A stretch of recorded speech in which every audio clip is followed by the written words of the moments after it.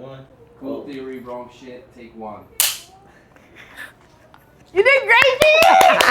Yay! You did great! Holla if you need me. Damn, it's been, how long has it been since we filmed? It's been a while. I can't even tell, like a month, maybe? Anyway, welcome to, Hey. welcome to the Cool Theory Podcast, episode 5. It's Kia. It's Rissy. I held up 10 fingers. Nixon 5. But it was Nixon 5. Fuck niggas talking about. Definitely Feel Nixon me? 5. One, happy belated birthday. Thank you. We've missed that because we've been away. Happy belated. Thank you. Dirty 30 is crazy. Why do you say that like it's old? It's not old. It's just like, yo, I swear the day I turned 30 is like a shift happened. Okay. Juice became mad sweet. Okay. My body hurt a little bit more than it used to. Okay. Valid. Okay. My patience for shit is lower. I was born with no patience, so I've never had that. That was one quality I just never had was patience.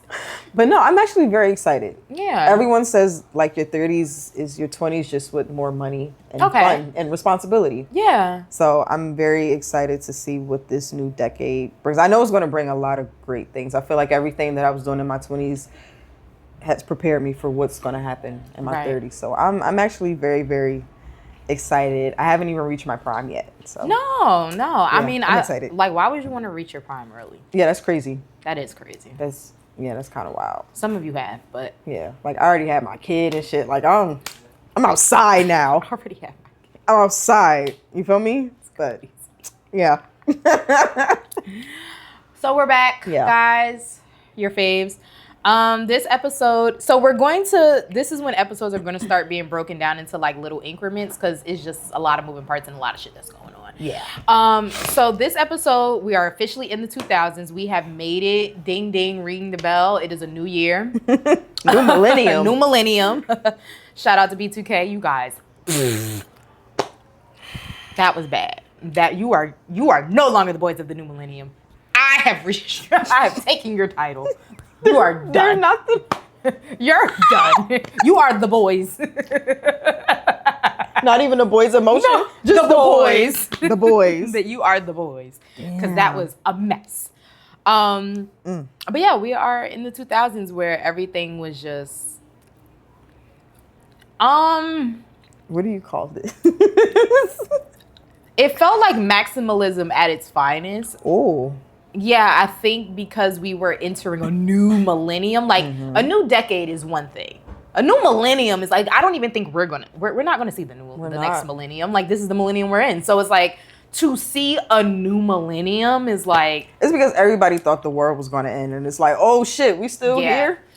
And it's also like funny because like there was such this fascination with the future and what the future would look like. And no, baby. I really thought we would have flying cars by now and like everything would just be silver. Yeah, and like metallic and chrome. Like I just really thought like we would be way more advanced than like where we are. And the only thing that seems to advance every year are iPhones. Yep. So here we are.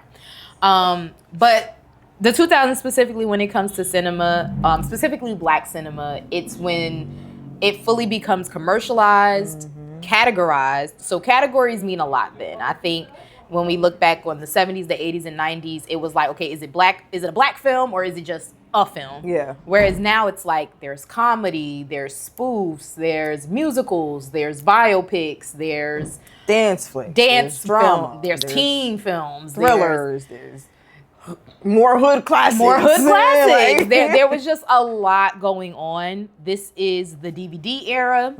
This is the BT era. This is the 106 and Park era. This is the bootleg This is the bootleg era. This is the soundtrack era. This is the franchise era. This is the overabundance era. Everything from teen films to family comedies, hood classics, adult contemporary romance, Tyler Perry. We get, Tyler Perry comes up in the 2000s. It was probably the last time that black cinema or black film felt like a communal event. where everybody would get together. We're going to the movies. We're going to go watch this. And it wasn't a concerted effort. It wasn't like how y'all do on Twitter now. And it's like, if you don't go see this movie, then all of black cinema is going to die. It's because I'm fucking tired of that threat. But it was really a time where just if a movie came out, it's appealing to us. We're gonna go see it. It was that simple. It was that so simple. And it didn't matter if it was something like a Ray or if it was something like a Are We There Yet? Wow. Wow. Out of my head. Yo, get out of my head. But it's true. It's true. It's so it really is true. It was like, that was almost like a thing. Like, okay, it's Sunday. We don't have anything to do after church. I want to go to the movies. Or, hey. And this is when you was looking up the movie times in the newspaper. Yes. Like, literally. Or would just drive to the theater to see what times they had available. And you would buy the tickets in advance. And then if you needed to just go off and then come back. Go get some food real quick. You would just come back.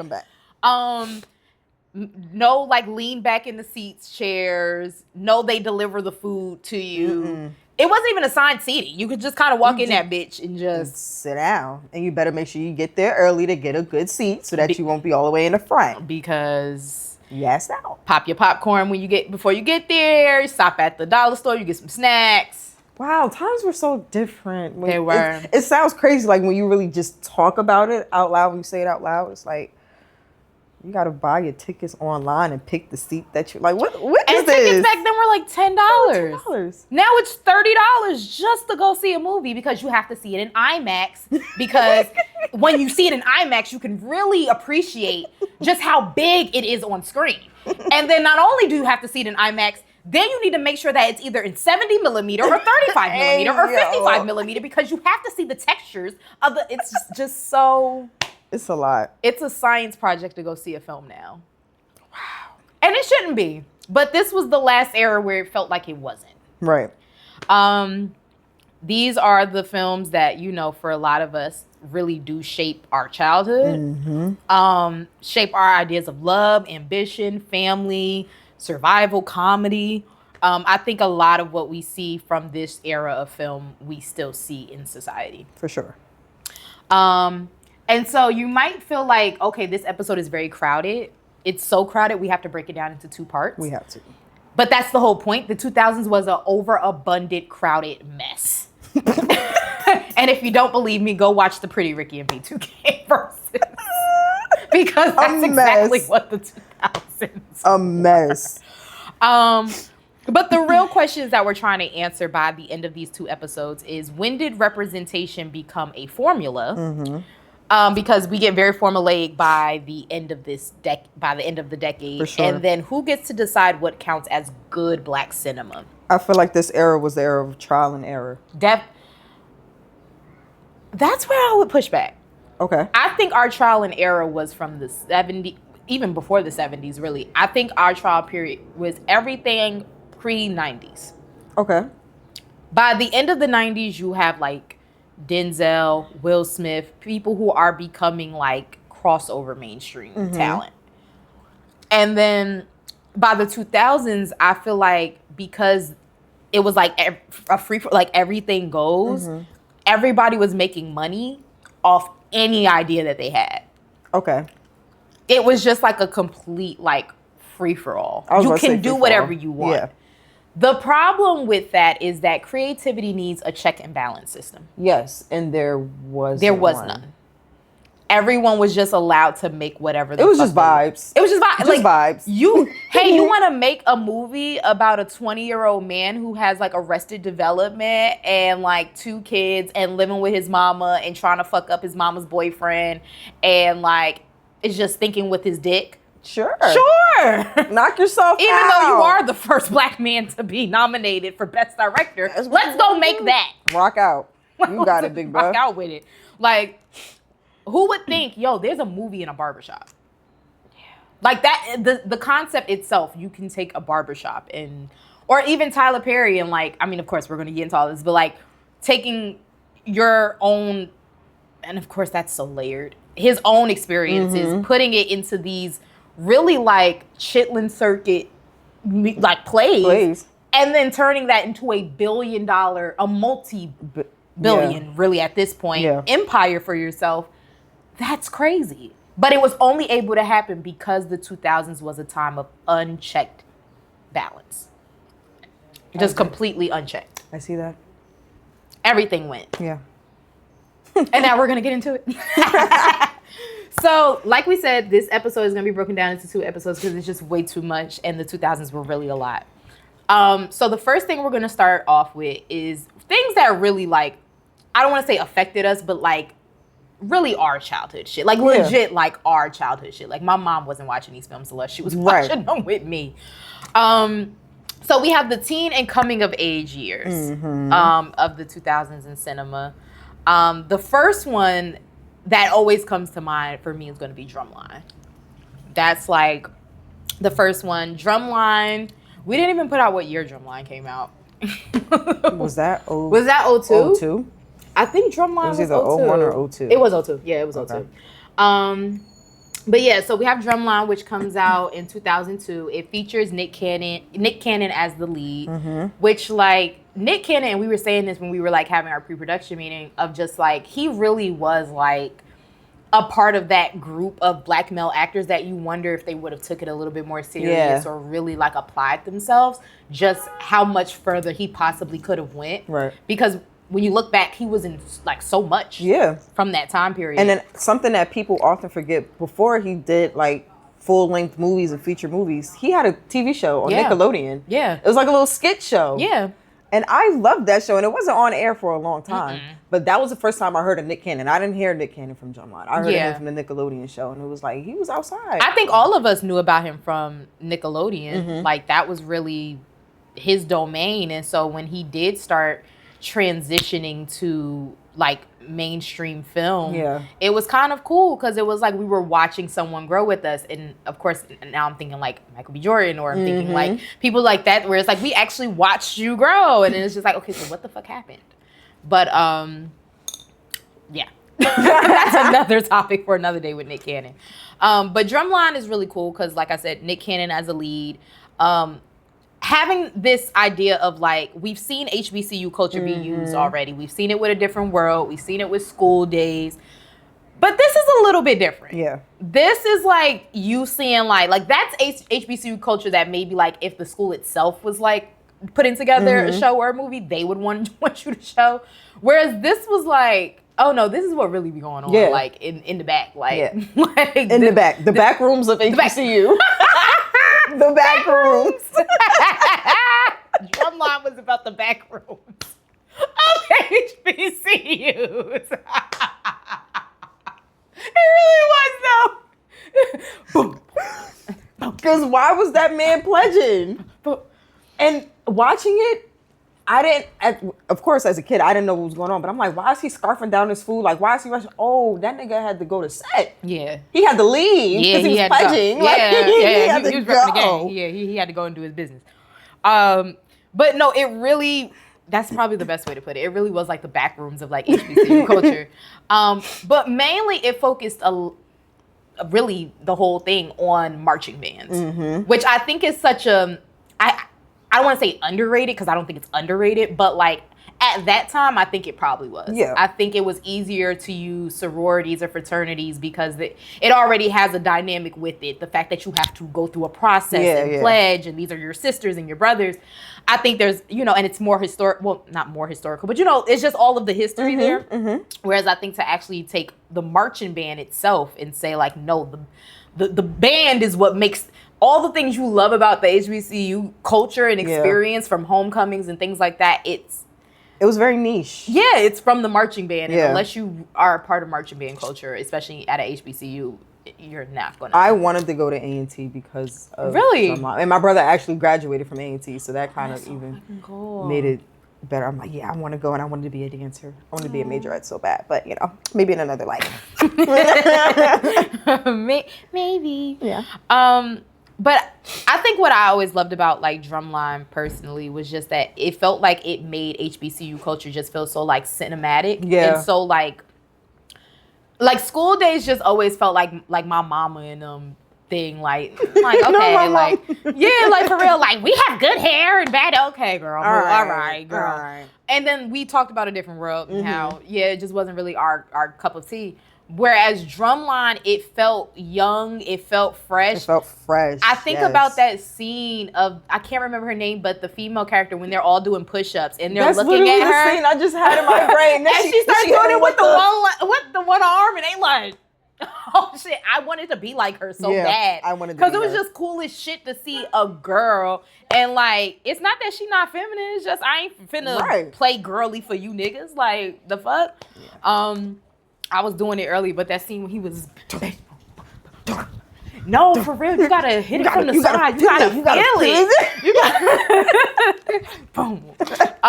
Like I'm feeling it. Even that's touching on something early of like, think about a lot of people who probably were already in the early 2000s going to HBCUs who were not black. Who were not black. Like, I know that was an experience. It had to be, especially in the early 2000s. So I just always loved Drumline. Yeah. I wonder how much that has influenced people to go to HBCUs. People tell me all the time, like, oh yeah, a different world. I'm like, no, but we had things in our generation, like we'll get to Stomp the Yard, but like we had things that highlighted the HBCU experience. Yeah. And I think those are way more influential on the millennial and Gen Z crowd than A Different World in School Days. But I think it's all part of the same lineage, which makes it really cool. Do you feel like we need a movie like Drumline again? Maybe not necessarily about the marching band as the spectacle, but just like covering HBCU culture maybe from a more modern lens of where we are now. I think so. I think the newer generation needs something, because that was for us. It's like the culture is the same, but it also has changed in a lot of ways. So I do think that we need something else. I don't know what it would look like. Me neither. I don't know who is starting. Like, I don't know, but I think it would be good. Yeah. I definitely think there's a lot more that's probably... It's so funny. I feel like you could probably almost see even the culture of HBCU changing through that through line of like from School Days to A Different World to Drumline to, I don't know, fast forward, maybe Grownish, or, you know, like, or even they're about to do A Different World reboot. So things like that. And Drumline was a movie that I know for us, every time we had a little movie day, they wanted to throw that bitch on. Yeah, for sure. Don't nobody want to keep watching this shit. Yeah. So yeah, that's probably the first one that comes to mind when I think of that. Mm-hmm. The second one. So in the last episode, we kind of end around like 97, 98. Because we feel like 98, 99, by that point, a lot of culture kind of felt like you could just push it into 2000 and it all kind of works. Right. So this film came out, I believe it was 99 or actually in 2000. I think it was 2001. I think it was actually in 2000 though. Or two. Yeah, it actually came out in 2000. In 2000, so it actually came out to start the decade. I'm going to just flat out say right now before I get into it, Gina, Miss Bythewood, my Gemini sister. I think you are an icon and a legend. You are the moment, and I can't wait to see Blood and Bones, or Children of the Bones, or what is it called? I think it should. I can't wait to see it. You know what we're talking about. I truly believe there is a generational difference between what millennials feel about Love and Basketball and what the rest of us think about Love and Basketball. Yeah, that is a horror movie. Like, it's like you can do like Night of the Living Dead, like Nightmare on Elm Street, Vampire in Brooklyn, Sinners, and Love and Basketball. Like, that is a one whole movie night in itself. Because let's just get... But you don't realize it's a horror movie until your frontal lobe develops. I never really got jiggy with the movie in the first place. See, I had to take my sunglasses off. It got that serious. I was on my Miles Davis shit. I had to take my glasses off because I just have so many notes. So first off, I just want to say that I remember seeing a clip. This had to be last year of like, I'm not sure where it came from. I think it came from like a documentary or whatever they were doing about like cinema or something like that. And they had like Ryan Coogler and they had like, what's the name? Lena Waithe, like they had like them, Issa Rae, they had them in here and they were basically talking about like love and basketball. And of course, all three are millennials. Right. So all three are like, yo, like, I don't care what Gen Z says, like that movie's fucking iconic, it's great, like that's real love, da da da. And I'm like, and that's exactly why y'all are what y'all are when it comes to millennials and why I can't get jiggy with y'all. Because we have a right as a generation to be like, that was some bullshit. This is crazy. This is nuts. This is crazy. Like, this is literally nuts. So first of all, let me say what I think is good about the movie. I think what I really enjoy about the movie is the fact that one is taking sports and using it as an emotional framework. Because up until this point, there is no like female basketball. The WNBA is just getting started in the late 90s. So the fact that we like are using something that's new, something that like women have been playing basketball for years, but now it's being taken more serious. Yeah. To take that sport, to take Black women playing that sport, and to create this emotional story around it, I think is just genius. Absolutely dope and absolutely amazing. Yeah. And that alone is groundbreaking. Like that to me alone is groundbreaking. Right. I also think this idea of, as a young Black girl who has a lot of ambition, how can ambition and intimacy coincide? And it's something that I've dealt with. I think we've all kind of, personal relationships. Yeah, of just like, you want to better yourself. You want to be great. Low key, because he was hating on her. He was just a hating ass nigga. Like, you hating because she ball better? You fucking loser. Loser. A whole loser. It's giving Casey from Love Island. You're a loser. Like, both from Inglewood. And you're from Inglewood. No, because Casey actually is you. It's you. You are Casey. You are. Quincy. Yeah, Quincy, Casey, y'all all the same. Nigga. Same nigga. And low key, he looked like he could have been Quincy's son. So this makes it even more worse. This makes it even more worse. No. Monica as a character, I like her. Because she's young, a little naive, but she got a little crush. Everybody go through it when you first love, young love. Yeah, everybody do it. But she has drive, she has discipline, and like, I think she's a girl just trying to figure shit out. So I don't put too much on Monica. Right. Because Monica's a young girl who's just trying to figure shit out. Right. We've all been Monica. Yep. However, and Gina, love the storytelling. I love the emotional realism. The families feel like real families. The friends feel like real friends. The environments felt like real environments. It felt like you were really watching that toxic high school couple that just kept arguing at the bus stop. I keep thinking about them on the bleachers. Like you just outside and you see the couple up there just going back and forth. Like please shut the fuck up. Like, we are trying to watch. Like, I was that guy. That was you? I was the one that was like, can y'all shut the fuck up? Don't nobody want to hear that dumb shit y'all on. The fuck? I always thought it was dumb to be in high school and like you 14, 15, 16 arguing with these. Like, what am I arguing with you and I can't even vote? Like, what? Like, I'm not arguing. That's a crazy concept. I never thought about it like that. Wow. I'm going to tell my son that. Yeah, like, son, you ain't got no responsibilities and you arguing with a nigga? Hang up the phone. Hang up the phone. Hang it up right now. Give me the phone. Hang it up right now. It's done. But I think for me, so ultimately we're dealing with Quincy's emotional instability. Yes. And Monica's consistency and ambition. Yes. And of course, there's like this whole concept around compromising, around emotional labor, and around gender expectations. All of this is really good. This is really good. So then where does it get bad? You want me? You want me to play for your heart? Fuck out of here. Suck. And then you really trying to beat me? You really trying to ball up. I would have thought it was romantic, but you really trying to whoop my ass in this shit right now. Like, you hate me for real. And I'm the type of bitch. You got it, bro. First of all, I'm going to dunk on your ass, and then you got it, my nigga. Matter of fact, come up off them Jordans. Matter of fact, come off them sneakers. Good, bro. Come off them sneakers, yo. You want me to play for your love? Who the fuck is you? What? I'm mad for you, Monica. You should have been madder than me. I gotta play for your love. Nah. No. And I understand why. Like, you really thought he was the prize. You think you the birthday. The You the birthday. cake, the candles, the balloons. You think you the birthday.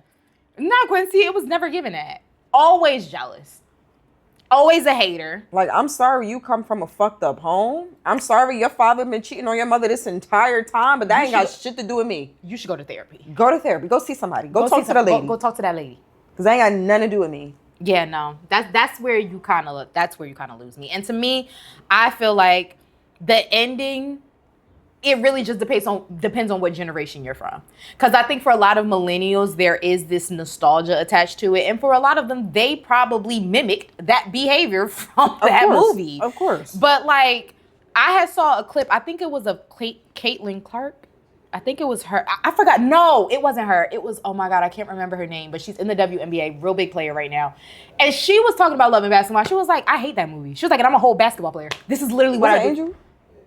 Was it Angel? I seen that clip. I think it was I think Angel. it was Angel Reese. Yeah, and she was like, and I'm a literal basketball player for a living, and I hate that movie. And I don't think it has anything to do with the sport. It has everything to do with just generational critique. And I think for a lot of us who are Gen Z, a lot of our older siblings and cousins were millennials, and we watched a lot of them go through dumb shit that they just... We learned from the mistakes. I'm not going through that. You play for that nigga's heart. My love. You crazy. I'm never playing for a nigga's heart. You want me? Me? Ain't that much love in the world. Just to sit sideline like a bitch?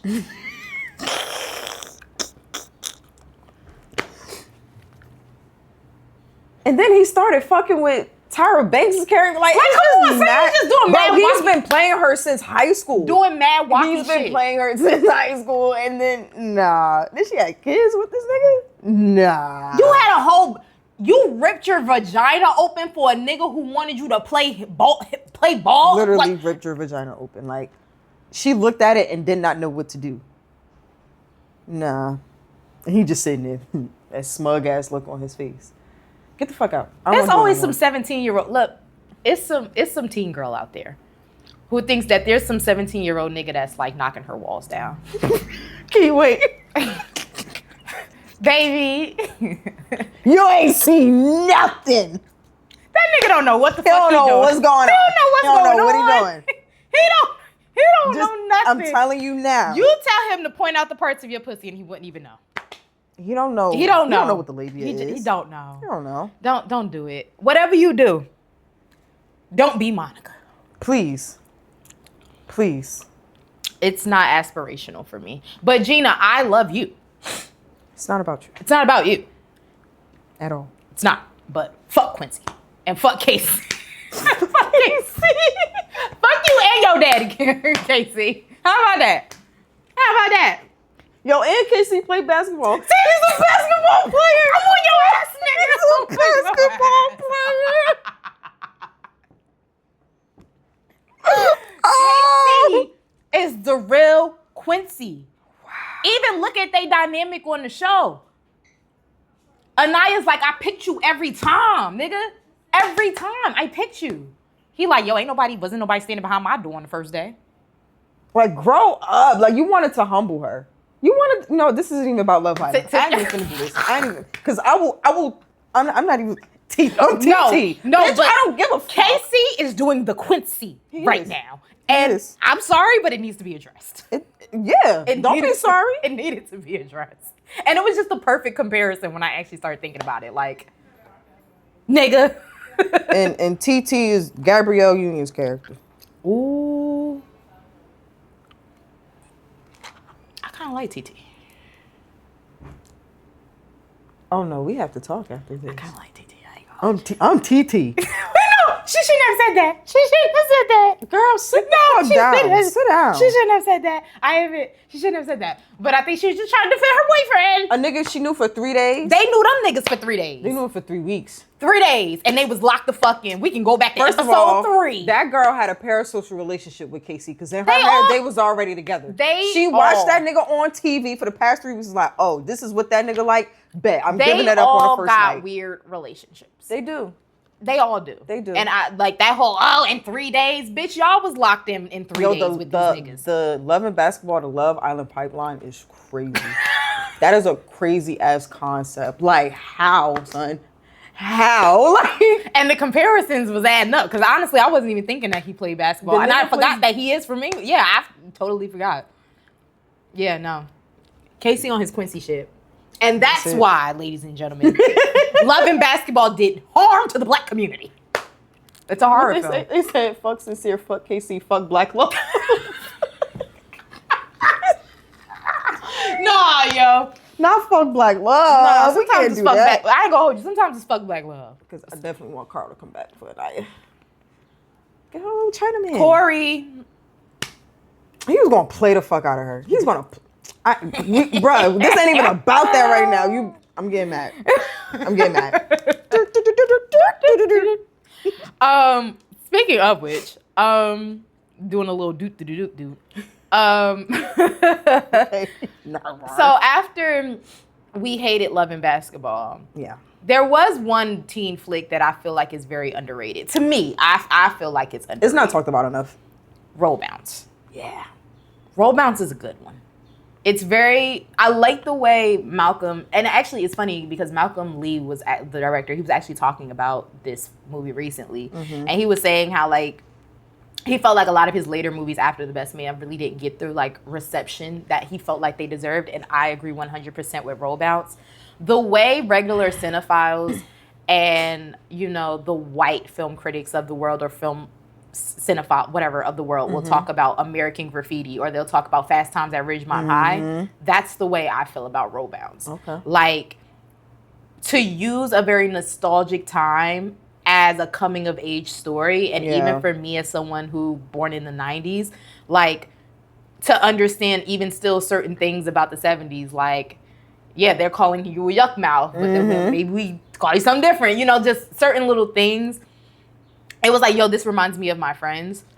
It didn't feel like I was watching it take place in the 70s. It felt very modern. It felt like I was like, you know, I was in that era. Yes. And I think also like an all-star cast, like the people that they had in there, like from Charlie Murphy, Bow Wow, Brandon T. Jackson, Journey Smollett, Mike Epps, Megan Good, Khalida, she was from the Bernie Mac show.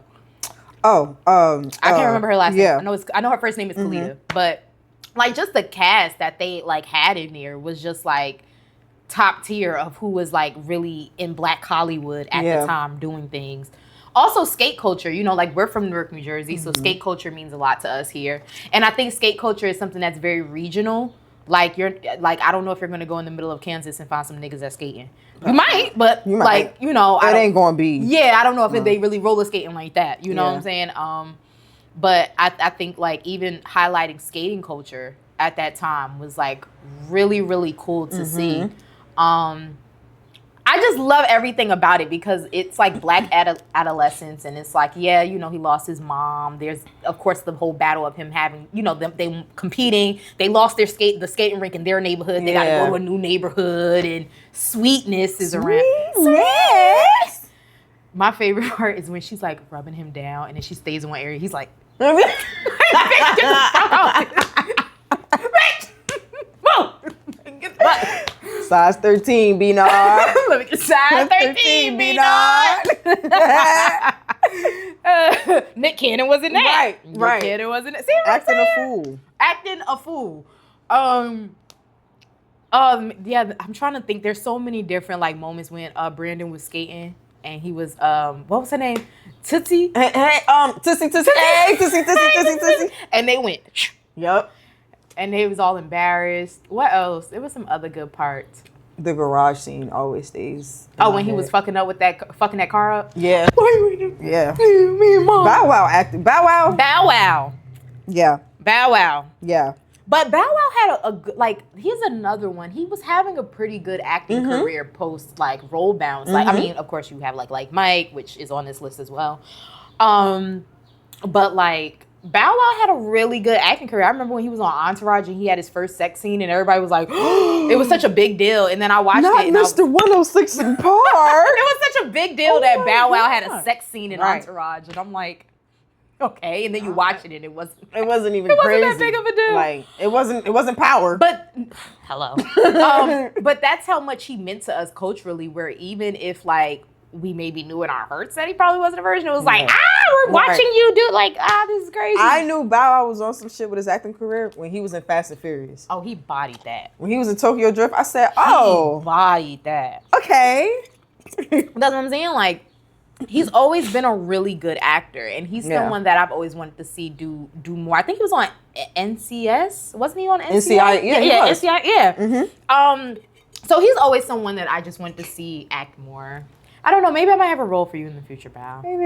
Maybe. Yeah. Because he's a really good actor. And Bao's funny. He's funny as shit. Like, he really is funny. And just side note, just a great performer. I saw him at the whatever tour. The Millennium Tour, that they just did earlier this year. Bao was still fucking amazing. He still got it hits for days. Yeah. Honestly. I love that for him. Another movie that features a musician, Fat Albert. We have Omarion in there. The irony. The irony. Because he was corny as shit in that corny in that movie. too. But yeah, we have Omarion in there. There's Kyla Pratt in there. There's what's her name? I can't think of her name. I know she was in Jumping the Broom. Oh my gosh. The one who played her sister. Yeah. Right? I can't think of her name. Wasn't that Pauletta Band? No. I don't know. Y'all know who I'll be talking about. Yeah.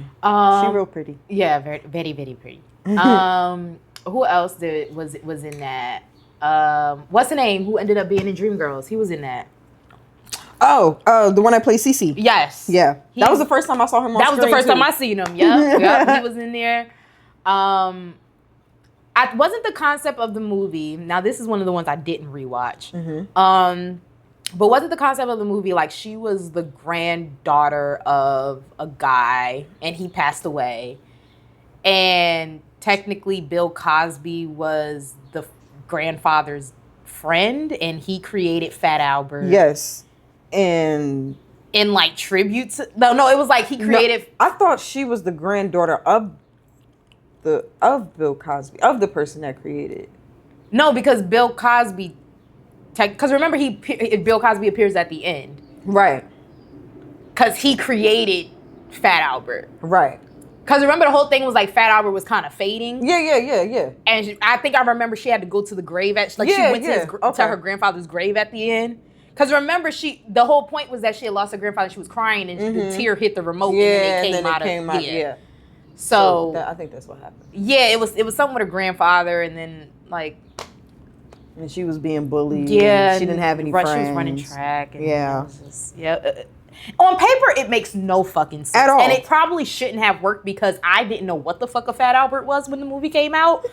But it kind of made sense. And it was Bill Cosby. And you got to understand, at the time, Bill Cosby was like America's granddad. Yeah. This was before. Who might be secretly going in your room and drugging you. That's deep. That's deep. That's deep. That's deep. Niggas took Mike to court over shit they ain't have evidence for. Whole time this nigga was out here. Wow. Quaalude. He's out here. And making movies for kids. Wow. Yo. Simultaneous. Like, it's all happening at the same Y'all had R. time. Kelly making songs with V2K. Like, the shit, again, going back to the 2000s, when I look back, I'm like, the shit that y'all let certain people get away with. It was anything. No one knew this man had the history he had. And you're over here making kids movies.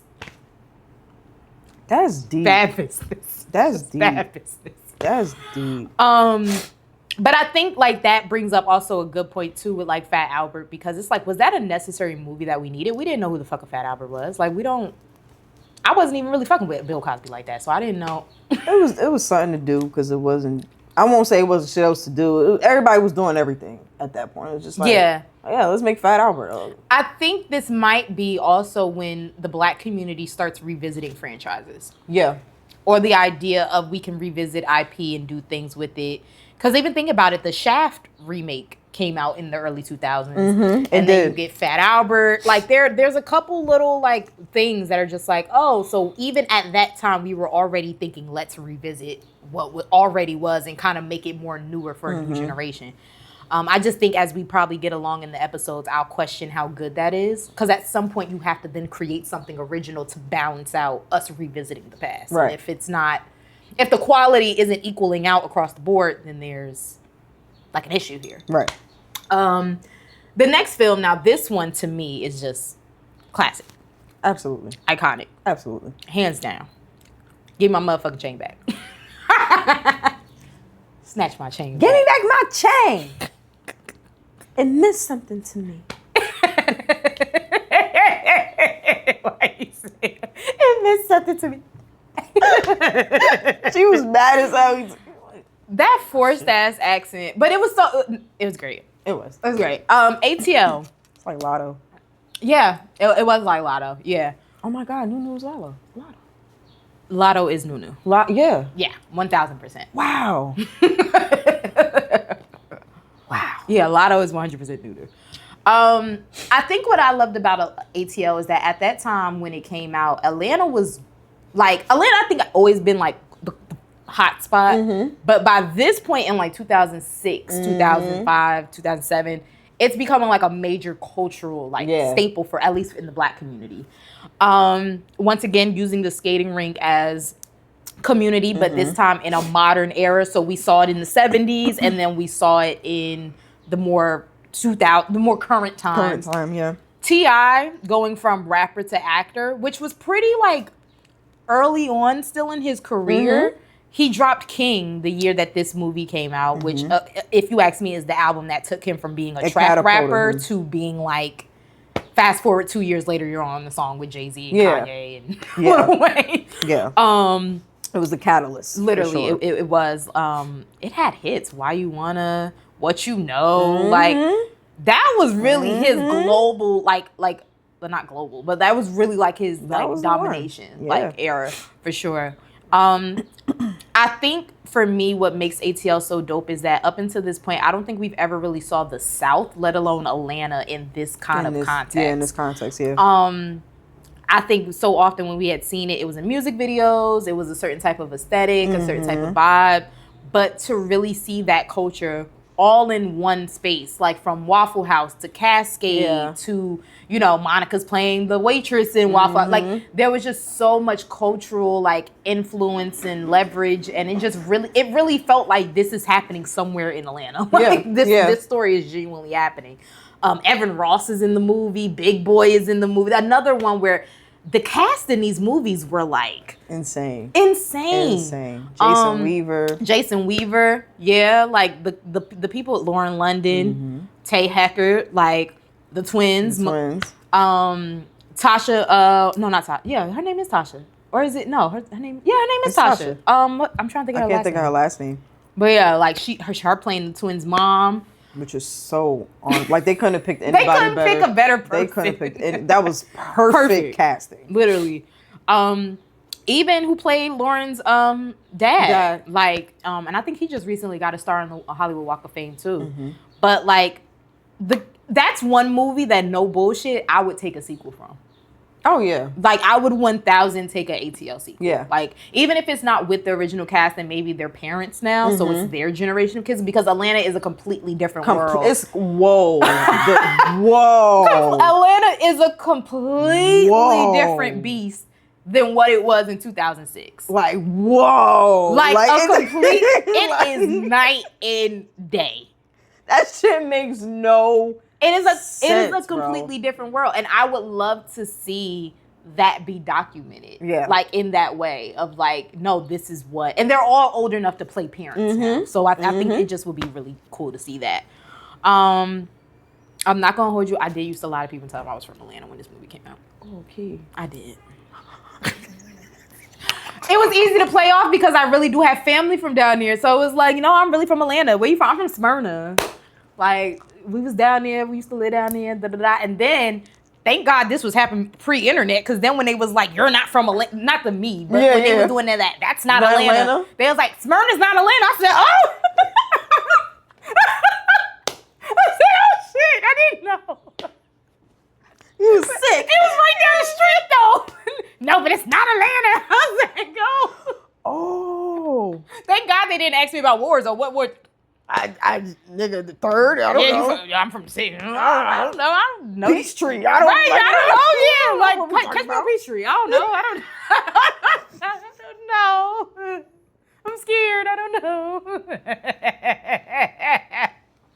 I've actually never been to Atlanta. I've been to the airport. That's as far as I got.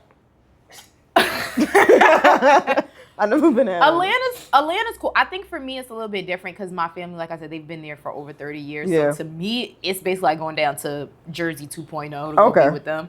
But Atlanta is a vibe. Like if you with the right people or you know the people that know where to go and know the party promoters and shit like that, it's a vibe. I done been in a shootout down in Atlanta. I am really, okay, so you really might be able to play from Atlanta. That's what I'm saying. Like type shit. You in a shootout? Okay. Yeah, we was at Gold Room and they started fighting in there. All right, boom. So we go outside. All of a sudden, you pop, pop. You knew what that was. Get low. Me and my cousin Sharonda on the side of the car, and Sharonda was on Love and Hip Hop at the time because she was Young Jock hairstylist. Oh. So. We on the side of the thing, and the girl's like, "Oh my God, I think I know you from Love and Hip Hop." We said, "Girl, not right now. Not right now." What's the? Be calm. Be calm. Be calm. Be calm. Girl, not right now. We ain't got no time for no nothing. Girl, be calm. Girl, relax, okay? But that's some Atlanta shit. See what I'm saying? That is some Atlanta shit. I've had some very Atlanta. The first time I smoked a blunt in the club was in Atlanta. All right, so you from? I think I might be from Atlanta. I think you could claim it won a lotto. I'm sorry, I don't fuck with lotto. I just. Oh. I'm sorry. Sorry. I'm sorry. I just. I don't care for you. I'm sure I'm not the only one who is claiming to be from Atlanta after that.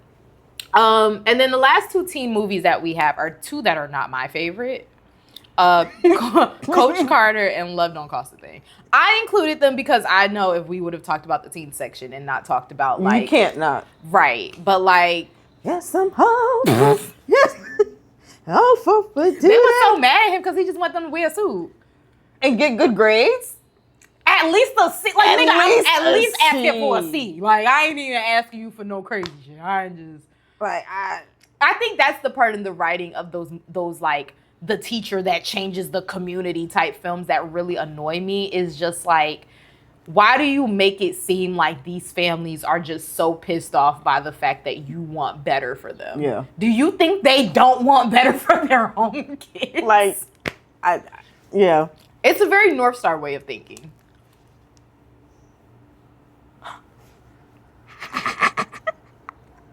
I'm sorry, but it's very true. Of like, it is. It's very true. Of like thinking you know better for someone's child than their parent does. I just was not. I don't go there. The fuck. You don't. I don't either. Shit. I got my degree how many years ago? My diploma. I didn't even graduate. You didn't graduate from there. I graduated from Bloomfield. Like yeah, it is a very North Star way. But yeah, I never thought about it like that. But yeah, I think it's very like. Almost like, and they use Samuel L. Jackson to be this like moral authoritative figure, which is like interesting because if you look back on his previous works, it's not really giving that. But again, and we'll talk about this in part 2, we start to see our veteran actors like Sam, like Denzel, who are starting to evolve and starting to change, and they're taking on different type of roles. And for one of them, he got an Oscar, but we'll get to that in episode 2. Mm-hmm.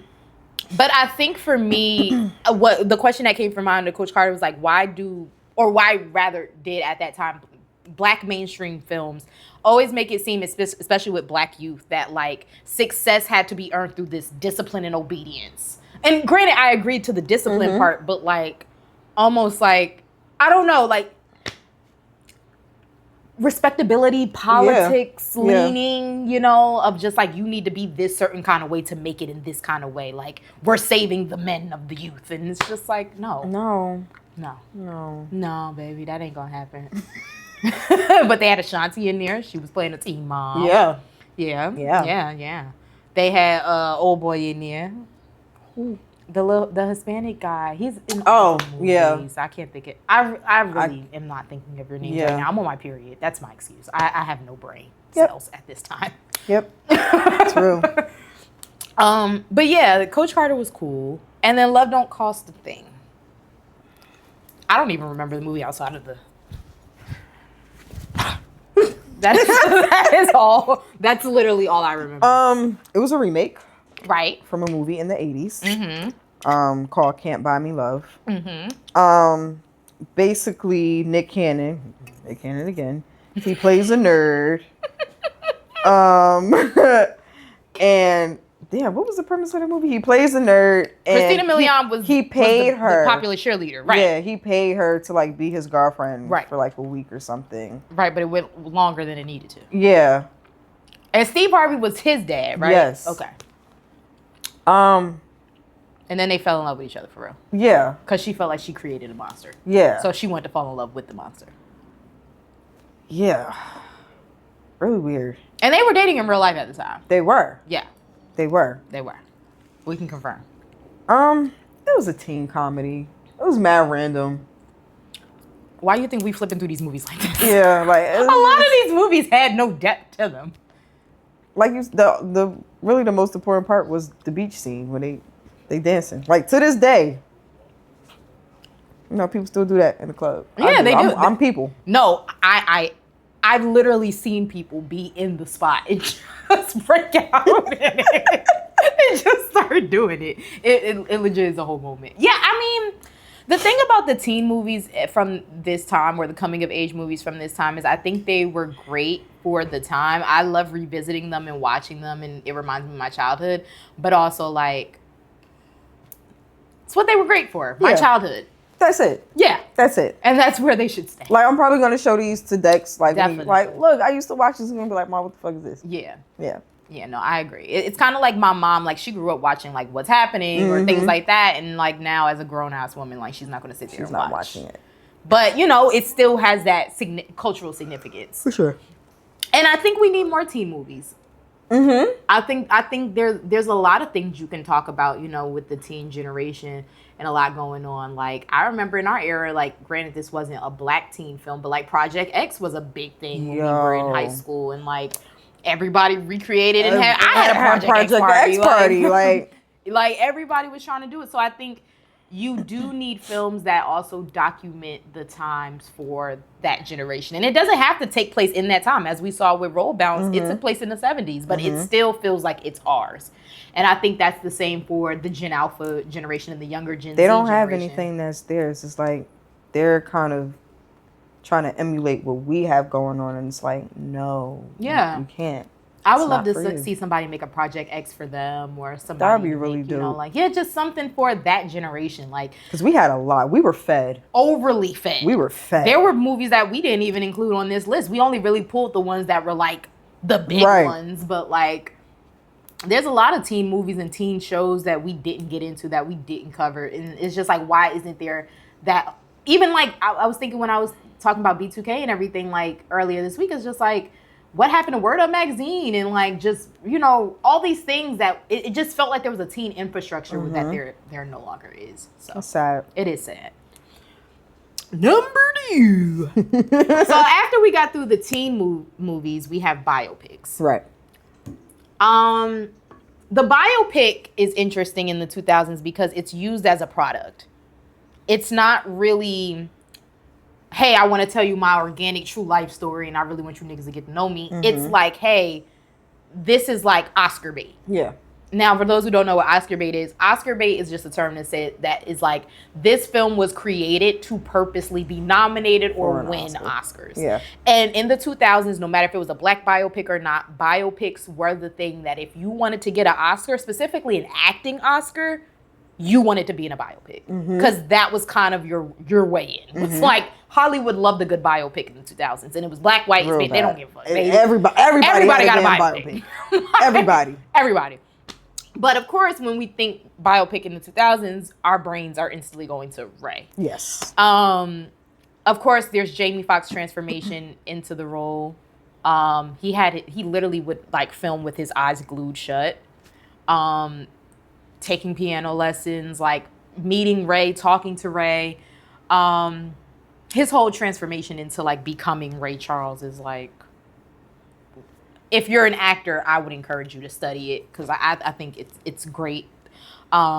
Especially because up until this point, he really wasn't a lead in like anything super mainstream. He was in Collateral, like he was in Ali, like he was in a couple of like Oscar baity type movies. Yeah. But this is the first time he's actually like I'm him. This is his shit. Like I'm leading this. Yeah. And then it follows a very like formulaic kind of standard of like you meet family, the mom has words of wisdom, the brother dies tragically, Ray holds the guilt, Ray goes blind, Ray gets abandoned. Well, his mom basically sends him off on his own. Ray becomes addicted. Ray meets Quincy Jones. Ray goes to the club. Okay. You think he would have liked me? My wrist small enough? Yeah. Yeah. Okay. Yeah. I think he would have felt something if he like he had to cuff it. I think he had to do one of the cuffs. I think he would have been a little like Yo. But yeah, like I mean, put your hand on your wrist. Yeah. And boy, stop playing. Put your hands on your wrist.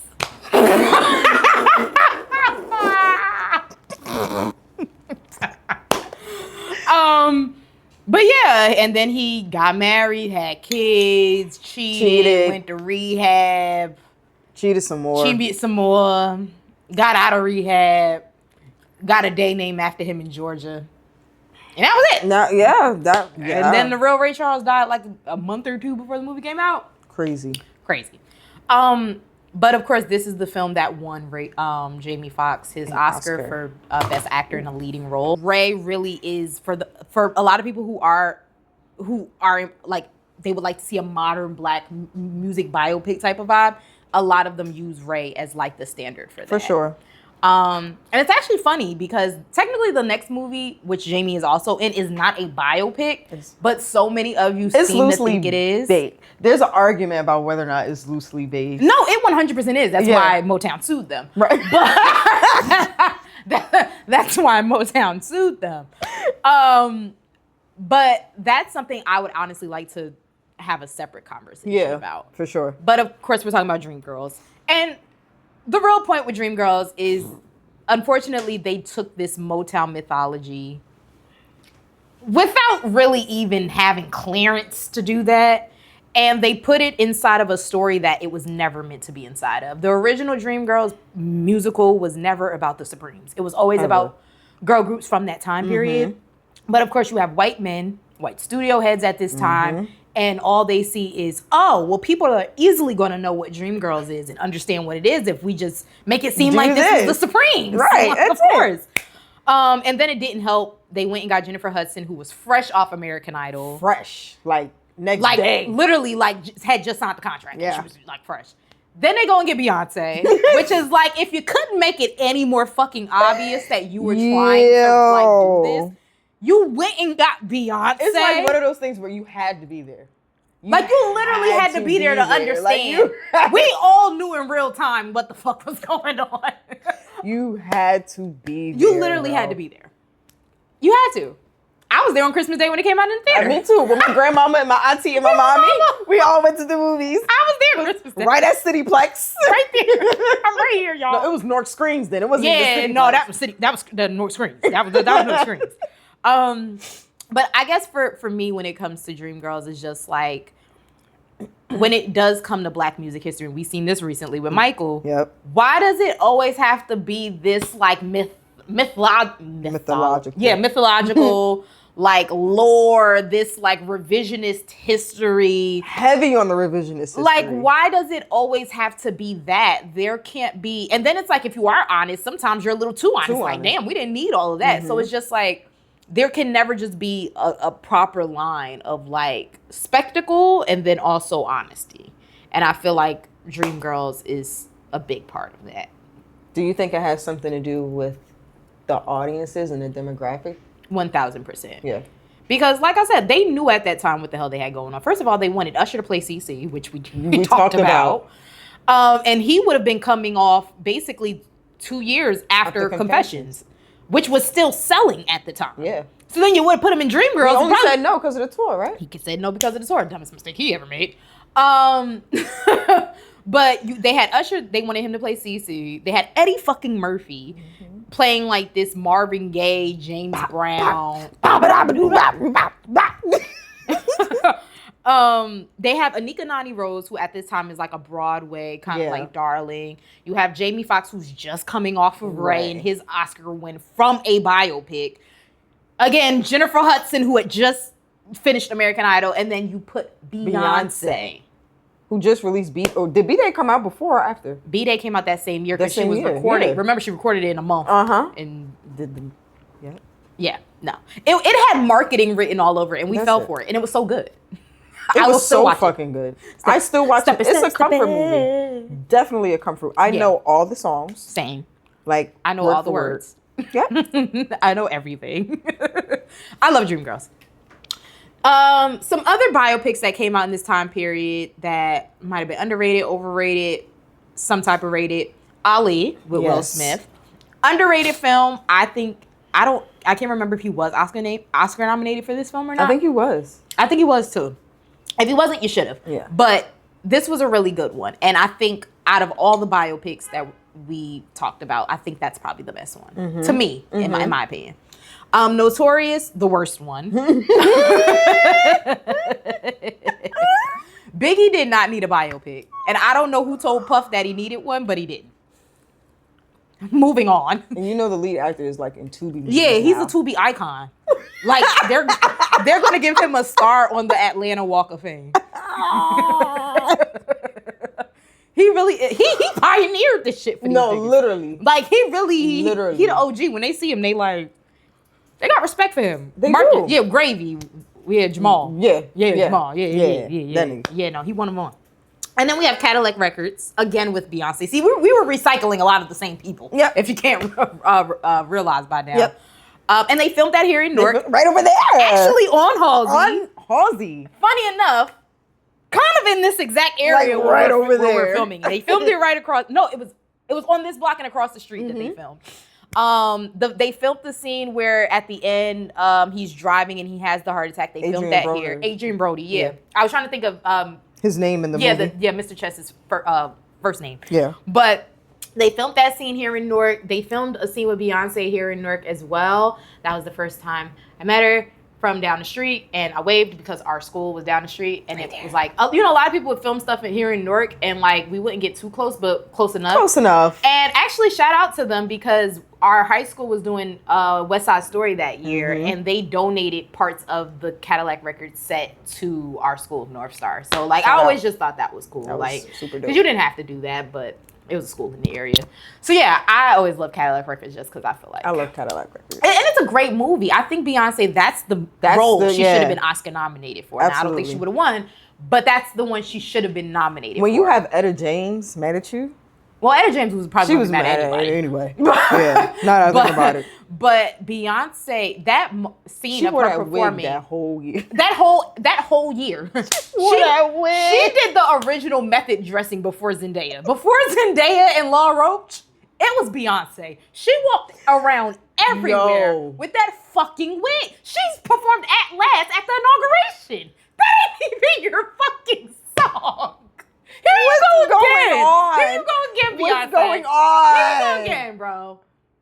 Here you go. The 2000s, man. Them 2000s. The 2000s. Fuck you up every time. The scene for me is the scene where she's performing I'd rather die than to watch you walk away, and he gets in the car and has the heart attack. What the fuck? I'm watching that when I get home. After Love Island. They really don't make good movies like that anymore. They don't. Damn, we sound like the boomers. I'm old. I fully admit I'm old. I fully admitted that. Okay. I know I'm old because there's niggas on Love Island who were born in 2003. No, literally. KC's 22. Yeah. Moving on to our next batch of films. Hood classics. Hood classics. We're gonna start off with the first one, Baby Boy. Moment of silence. Shit, cause what? Cause I'm really trying to figure out where we even start with So it. me and Dex, it's so funny. Me and Dex were actually talking about this movie yesterday, and I was like, it's so funny you're bringing this up because we're talking about it tomorrow.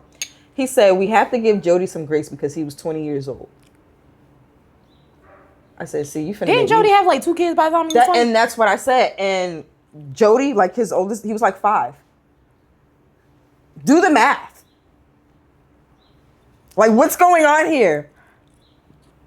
I said, had you said that before we started dating, I probably want to fuck with you. Because what do you mean give him some grace?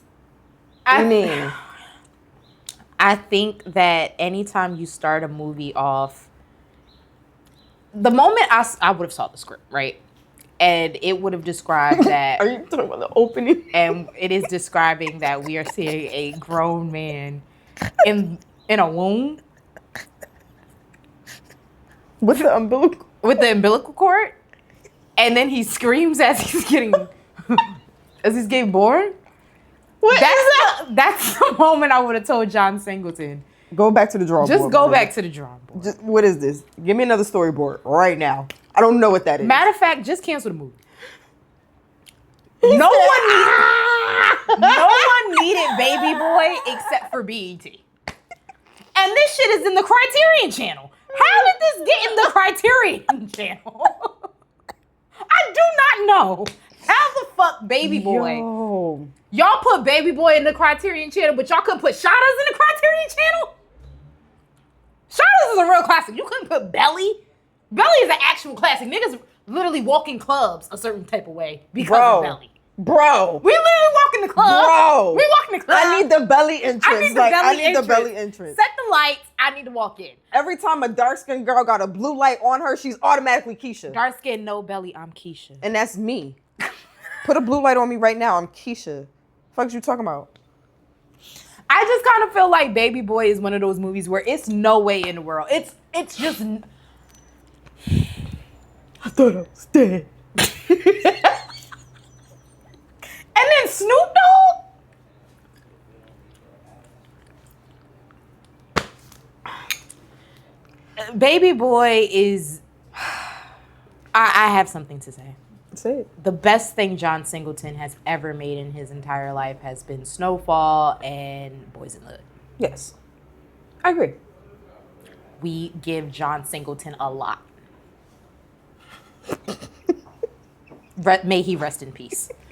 Shadas, a classic. I really wanted to include Shadas on this list. Girl, I'm trying to get through this. I got cramps. I'm rushing through these bitches. Yo, fuck these movies. I got cramps. You think I give a fuck about John Singleton and his science project? What the fuck was that in the beginning? And then I used to think like he was in a clam. That's what I thought. I used to think he was in a clam or a shell. I'm like, how the fuck did he get in a clam? I swear to God, it wasn't until a few years ago. No, literally a couple years ago. I was like, wait. I'm like, he was giving birth. Pregnant? Wait, no. She was giving birth to him. He was trying to insinuate that she gave birth to, like the baby was a grown man. Yeah. John, you could have hung that shit the fuck That up. movie has destroyed the black And community. that's your karma for lying on Janet Jackson. Ooh. Because what the fuck was that? That movie has done irreparable damage to the black community. 1,000%. Oh my God. We have more baby boys now than we have ever had before. You have started an epidemic. That's deep. That's deep. That alone could be an episode. Like, just about how move on. Shadas. I really wanted to include Shadas on the list because I feel like we've been focusing a lot on American black cinema. And of course, we're negating the fact that there are so many other forms of black cinema that were happening from the 70s before and onward. And Shadas was actually one of the first, I think, international like films that I ever watched, to be honest with you. I think the first one I ever watched was Tootsie. Okay. That's a good one. Mm-hmm. Yeah. No, Shadas was for me. Only because it was like a hood class. Like if you had a cousin or an uncle or dad who was like in the hood or watched bootlegs or had a porn stash, like an ebony porn collection or whatever, Shadas was in I there. promise you Shadas was in the collection because that's how I found my dad's copy of Shadas. and I was going. I found the ebony collection, and then I found the. Like, oh, what's this? Right, like, oh, what's this? I was more concerned about Shada's. And then it was something that I would see in a lot of the men in my family's collections. Yeah. And just like, oh, well, then this must be a certain type of movie. And you watch it, and it's like, it really does tap into that Jamaican gangster mythology, Caribbean crime, which is like, oh, okay, y'all do things It's a little y'all different. got machetes and shit. Oh. Y'all a little different out here. But I think of it as like the Jamaican Scarface. Yeah. Like that's really what I think of Shada's as. And it really is a black, even though it's not a black American film, it is a cult film for us. For sure. We love it. And then we got Paid in Full, Hustle and Flow, Yeah. Get Rich or Die Trying, the Friday series, Belly, Holiday Heart, and the Players Club.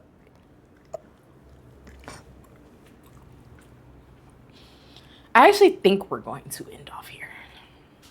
I think we should. Yeah. I actually think we are going to end off here. This is what I mean when I say the 2000s was an abundance of overconsumption, because we talked about at least a good 10 movies, and I really don't. What did we get out of those 10 movies outside of just laughing at them? Not a goddamn thing. Not a thing. I mean, I've mentioned all the questions that we have, right, the ones that we've discussed so far, like the core points, but like, I do wonder then how that influences another generation who's watching. Because if you're watching a whole bunch of shit with no real substance, then what are you to create? Interesting. It's like, where's the inspiration? Then where are we coming from? Yeah, I have to. What do you do with that? What am I, like, you watch, okay, what do I do with this now? Like, what am I going to do with it now? Like, I watch Shada's. I enjoy Shada's. What am I going to do with it now? And it's okay to say, hey, there's nothing to be done with this movie. But how many times are we going to keep saying that? Yeah. And then you get a man like Tyler Perry who comes along. And we're going to end on that.